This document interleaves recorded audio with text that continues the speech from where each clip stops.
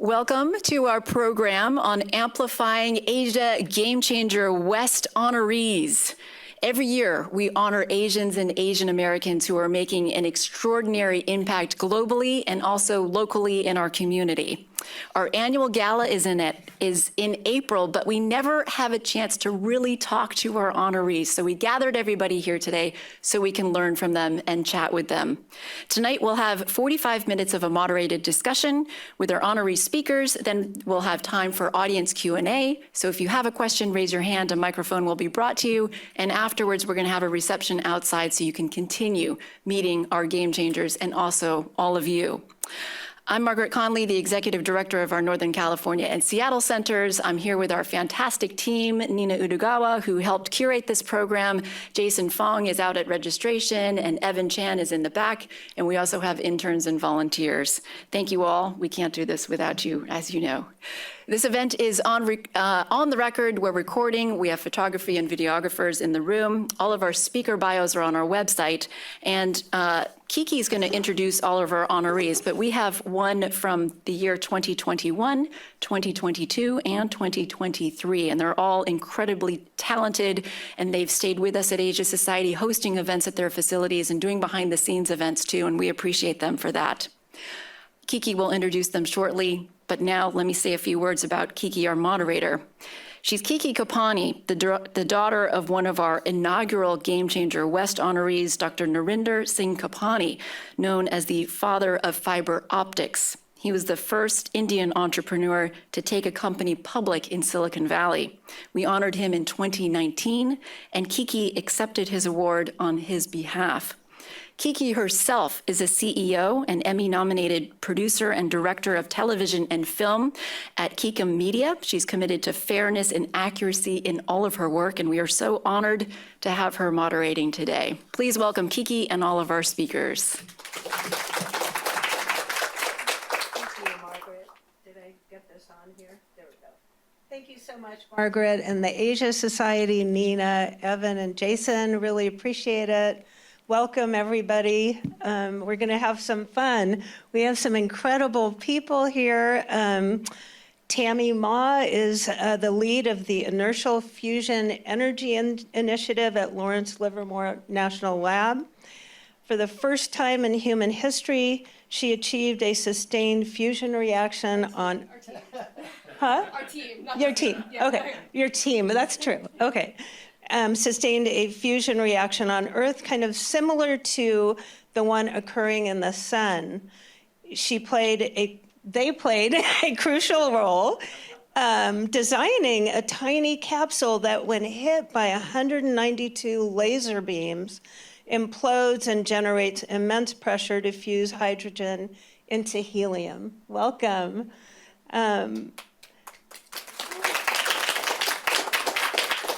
Chongbin, Zheng, your artwork is shown globally at the Asian Art, Los Angeles County Museum of Art, Metropolitan Museum of Art in New York, British Museum in London, Shanghai Art Museum, and the Hara Museum in Tokyo.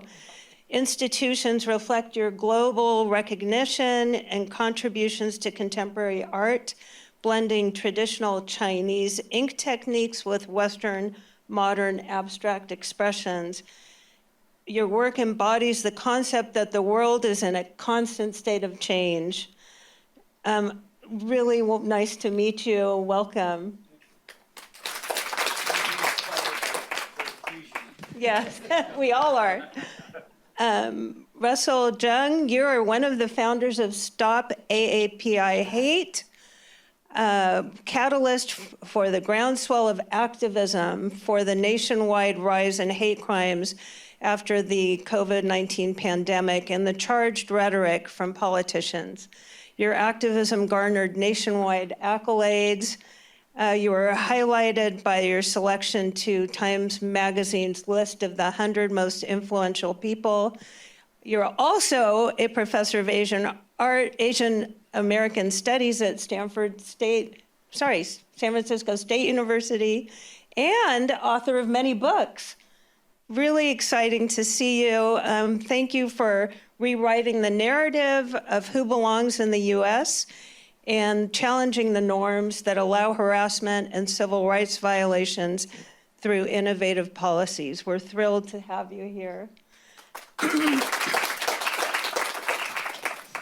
Tammy, I wanted to ask you, you mentioned that there are many challenges still ahead in your work. Are there any updates about us possibly getting closer to achieving clean, abundant fusion energy on the grid? Yeah, thank you for the question, Kiki. I think as of last year's award ceremony, we were really proud to announce that we had just achieved ignition in December of 2023. 2022. 2022, yeah. No, 2023. Okay, anyways, so we had achieved ignition, which means more energy out of the fusion reaction than we put in. And we've now repeated that 4 more times. Our most successful shot was in February of this year, where we got over 2.3 times more energy out than we put in. And so still absolutely true. There's still a lot more work before we'll have fusion power plants on the grid, a lot of science and engineering still to be done. But we are getting a little bit closer. So. Fabulous, such exciting news. Chongbin, your work has explored complex systems like climate, social behavior, artificial intelligence, and quantum physics. What are you working on now and where? Currently, I'm actually working on just mainly it's 2 big projects for the next spring. Both are actually landed next spring. The one is in Lacama, which is my solo show. That including their existing collections, and then also building 2 video installation, and then also create new pieces to have some dialogues with the work, and then also the additional sculpture pieces, and then also do another project for the permanent site in the cross buildings in the Lacama campus, and then also the Germany in Cologne. I'm doing the first time the Cologne the public art project for the East Asian Art Museum. That's a permanent pieces, which is next June. Yeah. Yeah, mainly these 2, and then some others will be in the city. So next February will be in the Minnesota street project at the Audubon Seagull. That's for the video installation that I'm working on. Sounds like you're busy. Yes. Yeah. I guess. Yeah. Russell, how do you approach the responsibility of being a role model, a leader in the community, in your field? Thanks, and thanks Asia Society for inviting us. I don't see myself necessarily as a role model, but maybe by being myself, I presume by just trying to embody the values that I think Asian Americans care about, trying to live out and speak on the issues that really impact us and seeking solutions. So I guess if I were to see myself as a role model, I'd like my kid, to see myself as a scholar activist who's really trying to reflect on the issues that impact us and trying to come up with creative solutions. You've been doing an amazing job. It's a tough time. We were all in the green room talking about how being in the city is really challenging right now. And so I wanted to ask a question with regard to that for everybody. How do you feel that being in the Asian community has helped your work, and how has the community itself supported you? Who wants to start? Yeah, I could start because that's actually what I'm working on is we help document the rise of anti-Asian racism, but I've been really impressed by how the community has responded, both in the Bay Area and globally. And for me, I've seen and really have drawn upon, and now I'm writing about the strengths of the Asian American community and how they've responded to hate and injustice. And I think, just to name a couple of things, I talk about how we've experienced a lot of racial trauma, but instead of responding in a fight or flight response, I've seen Asians flock, and this is my catchphrase, is that our community is really collective and has really come together to defend and protect our families. And I think that flocking mechanism has really built a movement and one of our strengths. Despite the trauma, actually 50 now papers have actually documented in research the relationship between racism and psychological distress. Despite the trauma, I think our community has used culturally appropriate ways to respond and to cope. And I think it's pretty interesting. I'm writing a book about it, so I could talk on and on about it, but I'll just give one way that the Asian American community has responded and coped well, is that rather than necessarily being defeated by the danger and the threat or retreating, what a lot of Asian Americans have done is they have a redemptive orientation towards adversity. And what I mean by that is that they actually see the suffering and the hardship that they face as normal. Whereas, in America, we're also happy-oriented. We're sort of blown away by any hardship, like if the Warriors or 49ers lose. But Asians actually, sort of expect suffering, and then given that orientation, try to figure out, well, how do we find meaning? How do we grow from these difficulties? And I've seen that across the board, from our elders and to families, and especially our young people. They too are finding meaning. How do they deal with racism and inequity, and then try to make something good out of it? So that's a pretty good lesson to learn, I think. Yeah, thank you. Tammy? I'll say this is a stereotype, but being Asian instilled a bit of a work ethic in me, and a lot, maybe less the Asian piece, but the immigrant story piece. My parents, my aunts and uncles coming to the U.S.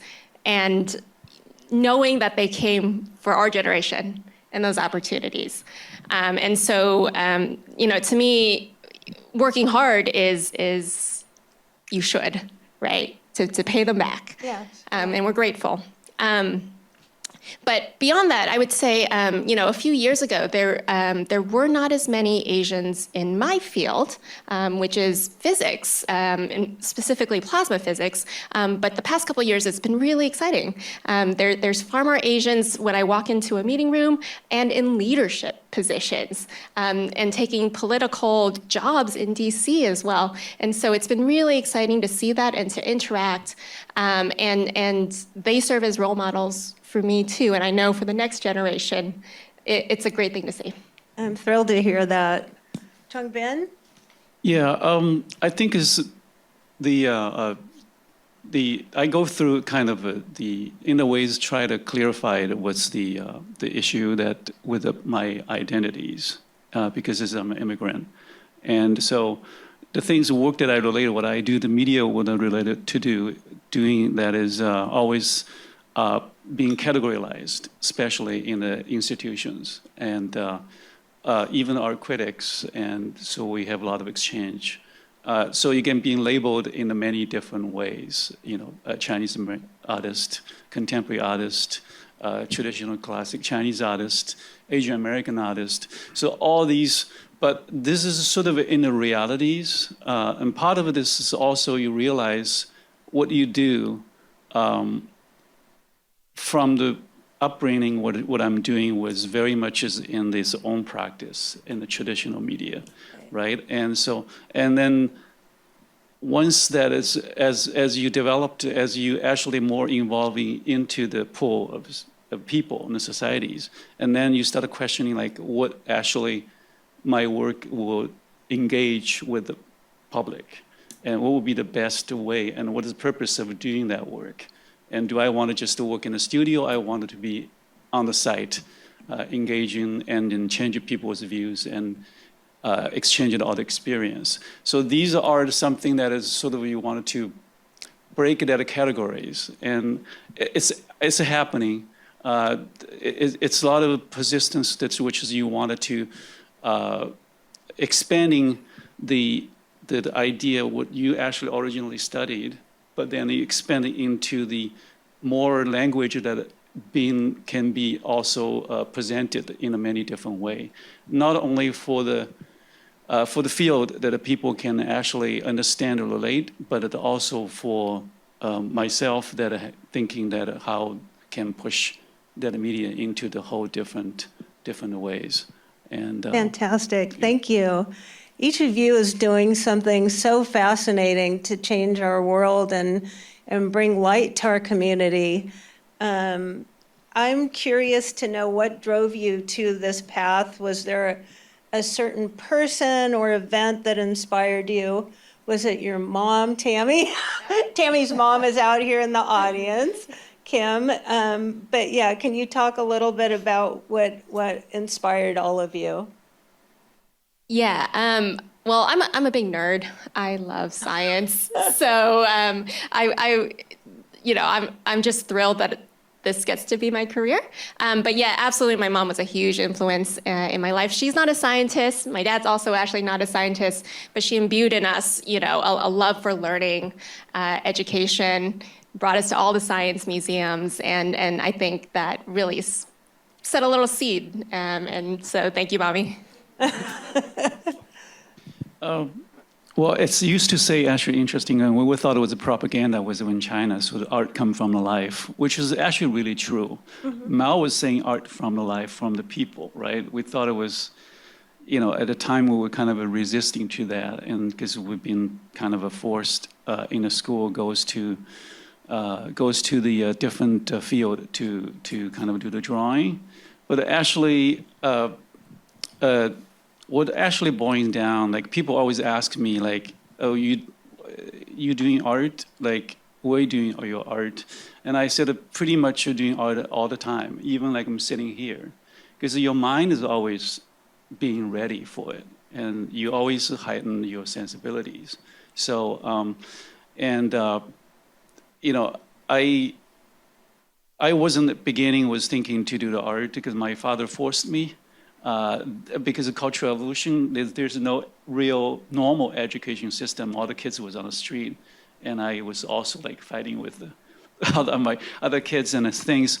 That he actually sort of set the rule that I need to do one drawing a day because I was kind of showing some interest. And then, make story short, and then after a couple of years, and then my parents again, it's just.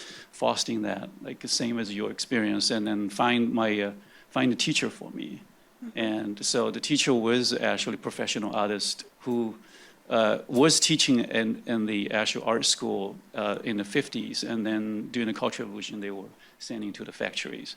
But they actually, a lot of kids actually was interested at the time was music and visual arts, and all have private tutors and teachers. And then I was study from the one happened to be his teacher was the master artist in Shanghai, and he has actually decided I should do the Chinese paintings instead of oil paintings, and so that's how he brought all the materials, introduced me into that kind of area. That's how I get in, and then it goes to art school and studying. Wonderful. Yeah. Russell, what inspired you? What inspired me is I grew up in San Francisco during the 60s and 70s, and I'm so impressed by student activists during that time. 1968 was really like today. Yeah. There were assassinations, wars, and the city and the country was really polarized. And yet those student activists really studied the times, and they brought forth ethnic studies at San Francisco State. And I saw those student activists continue working in the community. They became leaders of San Francisco and created nonprofits. And their perseverance, their desire to serve the community, I think really inspired me. And some of them became faculty at San Francisco State and became my colleagues. So I think their models really illustrated for me how people could integrate both their activism with their academic scholarly efforts to sort of unpack the contradictions in our society. Wonderful, thank you. Another question I have for you, all of you, is if you could describe a moment, the moment when you realized you were making a serious impact in the world and making some change, drawing attention to issues. Well, I'm not sure you can call it serious impact, but I think it is the ongoing, I mentioned earlier, so I felt that it's such a rewarding, also the inspiring that involving the art into the like a workshop. And I actually, a lot of institutions, school actually interested, always want others to lead some workshop, not only for the workshop, not only for the like school kids, but it's for the adult and professional. And I did one is in Kyoto, they call Philosophy Institution, which is all the anthropologists, the scientists, biologists who was doing once a year conference. I was happened to doing the project in the oldest temples in Kyoto. And so they have a 4 days conference. And then I was in Kyoto back and forth in the way, like seeing all the climate change. Yeah. And so I had actually took a lot of image of what's been changed, what's been adapted in the plants or natures or landscape. And so I actually extract some core image, taking out the environment, just the object, how it affected the shape or the textures. And then I sort of traced on the paper and for all the 20 scientists. And I said, they were arguing, they were reading thesis, and they were like for 3 days. And then the 1 day workshop, they like kids, they just loved it. Yeah. So they just painted on the trace papers based on their idea, understanding of, the erosion, the recedings, or someone writing the poems and all the light effect and all these, which is great. And so this is, to me, I collected all these papers, which is beautiful conceptual pieces in a way. For me, it's very inspiring. Yeah. Same thing with the school, high school, where I live, and asked me to do. And then I told the kids, I said, forget about your teacher tell you like how to mix the colors and how to do the composition. Because I had to go hiking a lot in the Phoenix Lake in the Marin. And so there is a drought season a few years ago, you remember. So this is the place that only local knows, which is a beautiful, beautiful lakes and reservoirs. And then after a year or so, and the water starting, they pumped the water up to the Lagunitas, and then starting like really dried out. I was really sad because with all the water, entire landscape is so dairy, complete change. And so, but I walked down to the bottom and just see all the textures of doing that. And so I told the class, I said, let's all walk over there and to documenting it and whatever you perceive with this environment change, and bring this, the source material, what I called, and back to the class, and then create an installation and change your class into a theme, which is bring the inside relate to the outside. That's great, yeah. So they loved it. So yeah, I bet they build all the geography change with some motors underneath, and some paint in the mural with the textures of all the dry mud. And so it was great experience. Yeah. And so that's why I found it's really useful engaging that into that's wonderful. The of art making. Yeah. So. Okay. So to me, the impact comes where, well, what I say is science not communicated is science not done. So I take STEM outreach very seriously, and giving public lectures and going out to elementary schools all the way up to university level, but being out there to talk about the work that we do, the importance of it, but also just to build that connection and to develop a stronger critical thinking and understanding of what science is. So for example, even if we can make a nuclear fusion power plant work, if the public is scared about the science and they get scared by the word nuclear, it could be the best solution in the world. It's not going to get deployed. It's really important to make those connections and understand, why people are worried, why people are feeling the way they do. And that's the only way that you can really get new technologies out there. You're seeing that now with AI, right? Or quantum. People, when they don't understand, you're just as scared as you are, thinking about the potential. And so it's really, the impact in science comes through the communication and the connections. Great, thank you. Yeah, that's really smart, given how people are so afraid of knowledge and science. Can I tell 2 quick stories? Please do. For me, it's my impact, hopefully, was to help build a movement, and there's 2 quick examples of that. And they're developing and shaping our young people's consciousness a lot like Chongbin's and Tammy's. One is I communicated with a Chinese adoptee who was raised in a white family in the East Coast, like Tennessee, and she just wrote and said, "Thank you for creating a vehicle, a voice for us." And I guess she just felt really isolated, and for her to actually see other Asian Americans who looked like herself actually standing up was really helpful for her because of her location. Here in California, at my kid's school, there was an incident where an Asian kid threw a water balloon on another kid's car, and the other kid, reported that kid. And 2 kids had similar names, like Marcus Chang and Marcus Chan, and they brought in the wrong Marcus in. So the teacher and the counselors were like rebuking the kid and, telling him how they need to apologize and change. But the wrong Marcus was just, he didn't care because he knew he was right and, didn't deserve to be punished. So he wasn't worried about the punishment. So when the teacher or counselor finished, the Marcus just looked up and said, "Hey, stop AAPI hate, man." Oh, and that's great. he just had this droll comment, but I'm really glad that students actually now have the confidence both to recognize racism, microaggressions, that type of mixing up of Asian names occurs so much in the classroom that students feel unseen and uncared for. But for this kid to say "stop API hate," I knew that I made an impact. You had the impact there. Yeah, that's great. Wonderful.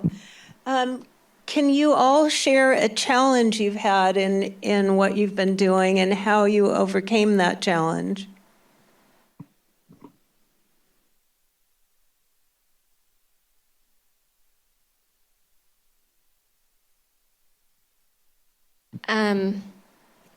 We've been working on fusion for over 60 years.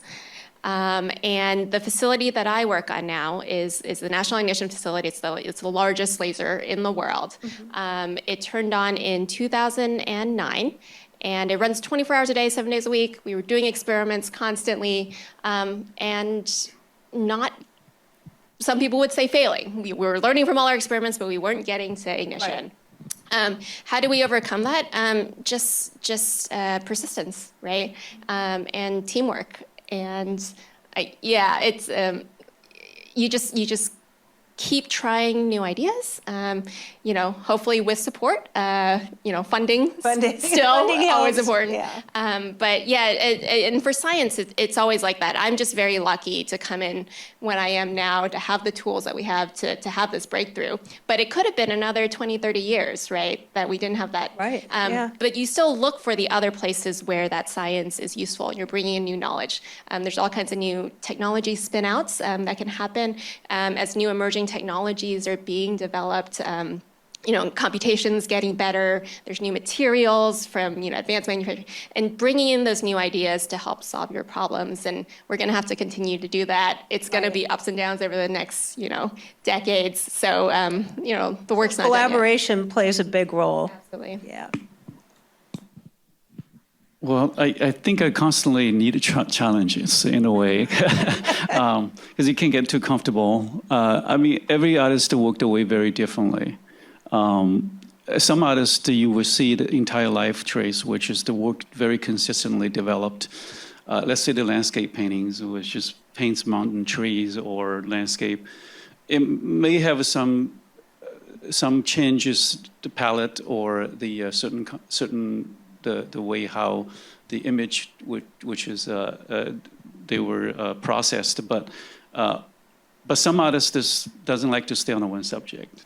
They work on a multiple front, and so, but the core thing is that you at some point you kind of running out of ideas, and so it's not a complete dry in a way, but it's you want to kind of thinking what will be the best to find a way to get inspired again.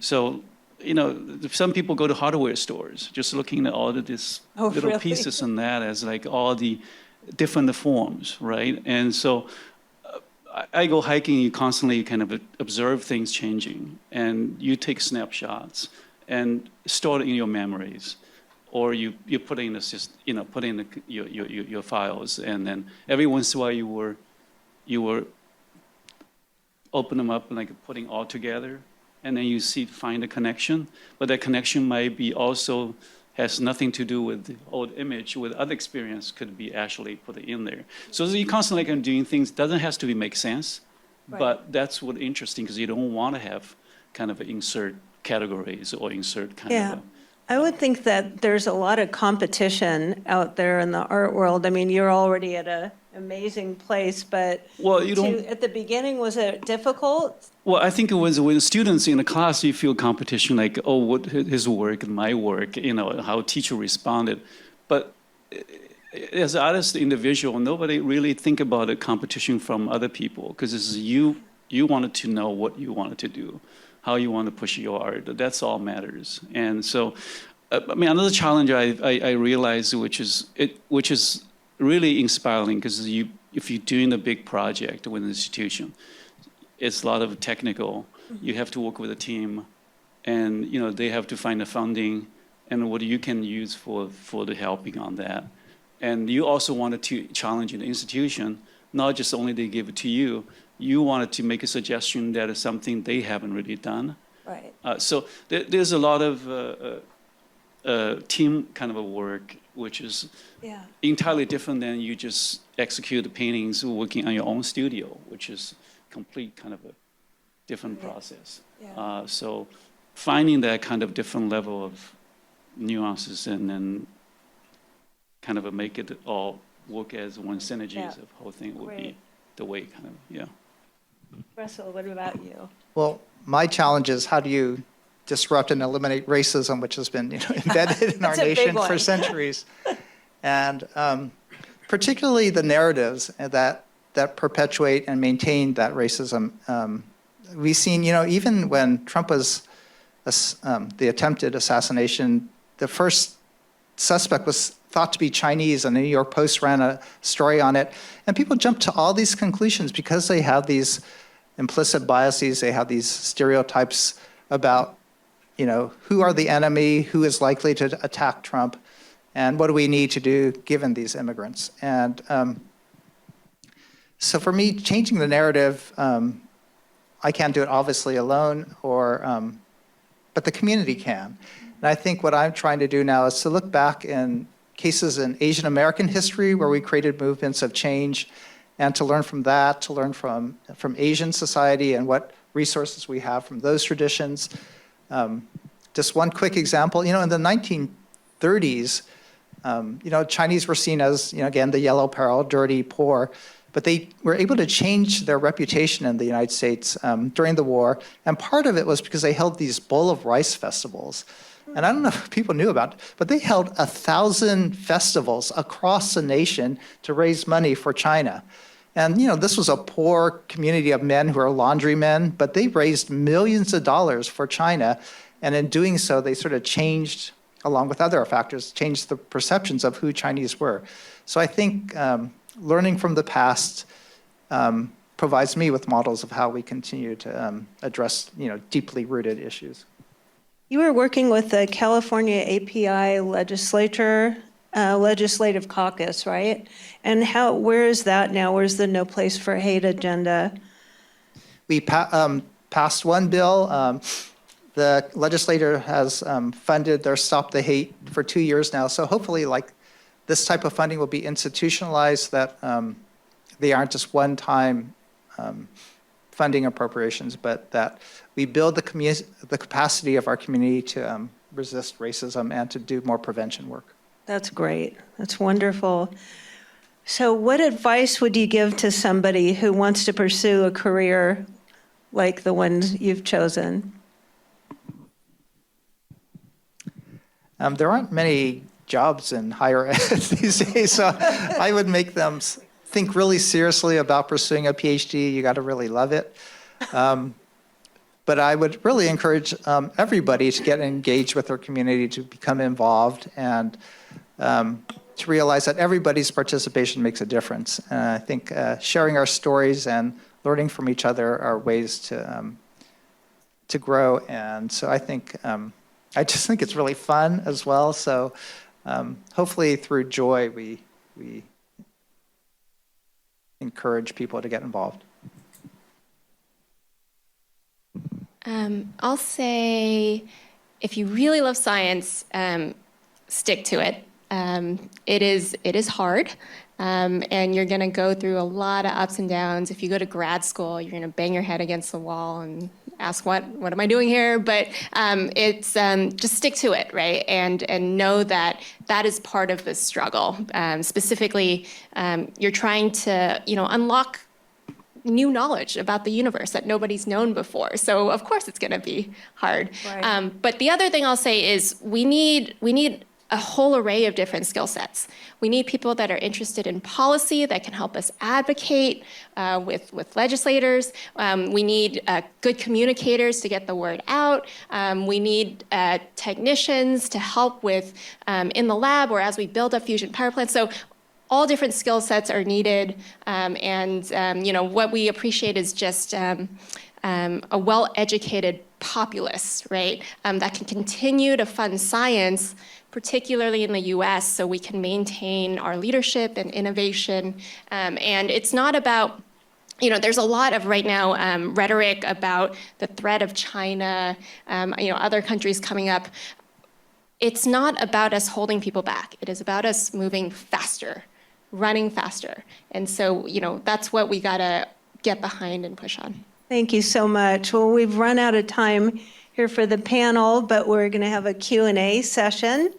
So let's see if anybody has any questions.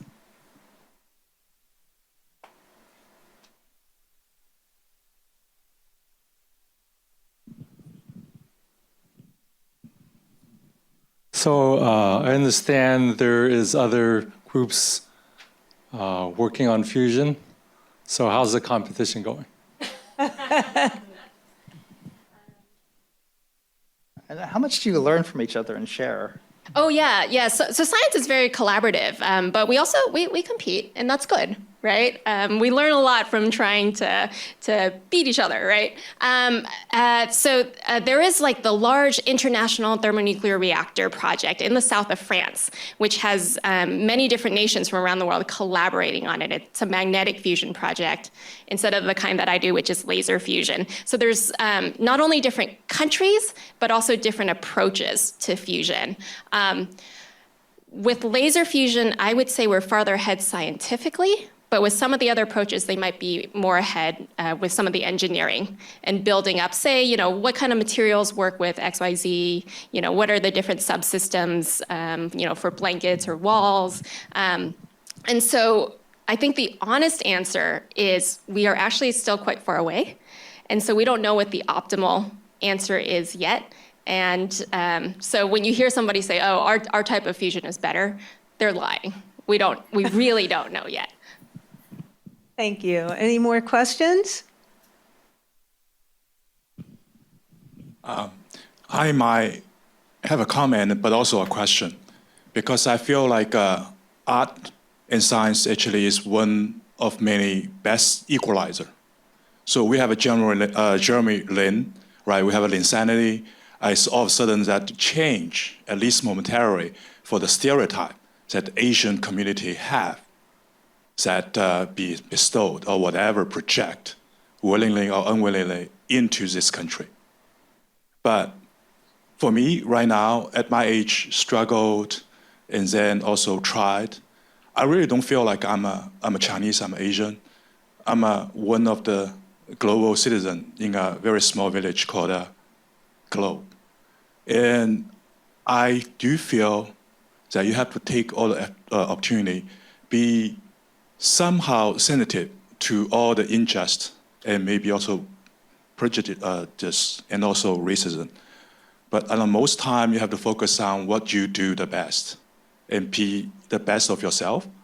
And then you can cut down a lot of noise.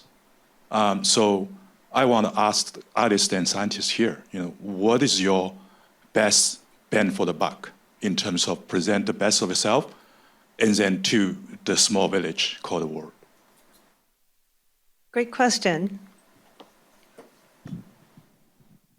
I think it's the art. People said like your art is a political art or is some other kind of art. I said all the art is political because you can have a subject with the politics, but then also you could also create a whole entire visual experience people haven't really experienced and change their perception or the experience to the world, and that's also very powerful way. And this is also very political too. I mean, I think your point is right. It's especially if you and I are in the same background, wasn't born here, and so you have feel that deeply kind of suspended, like where am I? Even though I am a citizen a long time ago. I mean, and naturalized a citizen for like over 20 some years, but. And a notion of a world citizen ideas to me is something my experience through the art is, it's pretty much not limited to the geographic limitations because you go everywhere. Everybody was so into art, and I see the entire interest in change because it used to be the field of people think like, oh, art fairs, I don't want to go. Art fairs is so commercial, but today, the art fair is one of the fabric of this entire art scene that connect people together. So you see the art fair everywhere, scholars, the art directors, and they all there. Why they're there? I mean, they're there. Some are giving a talk. All the people interested want to know what your area of the art is going. So it's like a decentralized. So. And the public interest, which have never seen before, especially with all the teenagers, you rarely even can get into all these places, which is, you see that it's very exciting. To me, it's very exciting because it's like all different ages, like you can't even get into the place.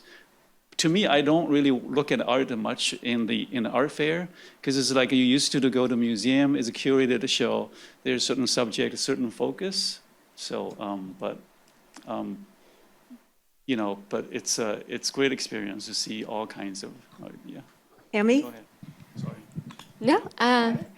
I think you bring up a great point, right? Like often as Asians, we think, oh, I'll just do my best. And I will get evaluated based on my merit and show the world that, I do a good job and will be respected and rewarded. And, and that's why a lot of us actually become scientists too, right? To keep out some of the hard feelings and just focus on, facts. But that's not the world we live in. Even things like science, which should not be politicized, are. There was the scientist Wenho Lee at Los Alamos National Lab that was wrongly accused of, collecting classified information because he was Asian. There's recently been, the professor at Temple University that was accused of stealing secrets or working with the Chinese government when he wasn't. And so it is on us to all take a broader view and, be a part of this community and stand up for each other. And I so admire, what Chongbin's doing, what Russell's doing, to bring us together and give us collectively a stronger voice. Thank you.